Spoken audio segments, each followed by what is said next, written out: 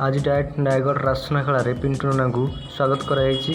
आज जेहेतु फूड मेला होती तेणु तांकर योगदान निहाती आवश्यक। तेणु से बुली बुली आसी देखु था केउठी कौन सब आइटम होती। तो से देखिले जे एटा नॉनवेज तेणु से मना कले खाइबेनी। तो तापर से आगु को गले आमे माने मध्य सब स्टॉल बुलिया लगिलु। जो स्टॉल रु भल जिनस अच्छी तो ताकू नहीं आमे खाइलु। किंतु मूल कथा होउची जो स्टॉल गुड़िक कि सब अधिक बेसी गहली होते लस्सी रे, कारण लस्सी समस्त को प्रिय लगु थाए। तो सही स्टॉल अधिक गहली थिला। ताकर मध्य आज बहुत रोजगार होते मते लगुच। तापर आम सुशांत भाई को गुपचुप सेंटर को गलु।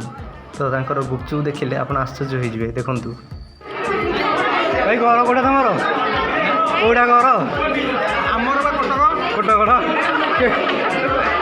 ये बेपार केते दिन ये बेपार केते दिन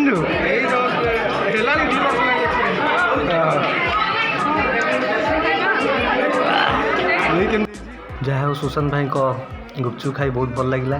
तो तांको गुपचुप बहुत टेस्टी थिला। एवं मो आउ मोर जने सांग मानसिंह से मध्य खाई सेठू अन्य एक स्टॉल को गलु। सेठी आमे जाई फास्ट चाट खाइलु।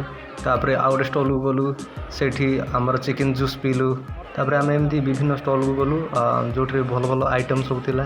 तापर दही पानी मध्य पीलु। दही पानी पी सारिकी तांको कहलु केते टका ना, से कहले दही पानी गोटा ग्लास होचे 5 टका। तो आमे दही पानी दीटा ऑर्डर कलु।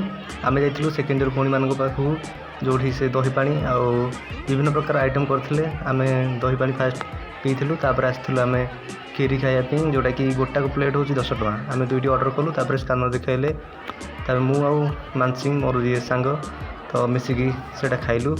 तापर आउ एक जोटा कि पड़ता लंडा बाबुली मिक्सिंग था। तापर दहीबरा खाइलु। तापर आमर जने भाई थिले जे सेठार रोचुंदी से आमको देले आनिकी छेनापोड़ जोटा कि नयगढ़ फेमस। तापर आमे देखिलु जे लस्सी रे बहुत गहली थिले।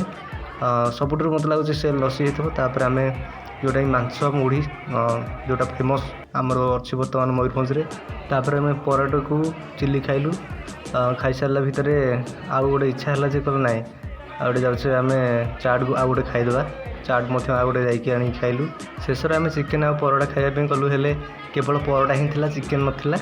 तार साइड झोल भी किसी नाला जे आमर से जो भौणी अच्छा से कहले कहीं खाली लिटर खाइब, से पोछापोछि कर जहाँ भी थे सब देदेले। तो तेणु बहुत बहुत धन्यवाद से जेहेतु साहय करते कहीं खाली खाऊल ना।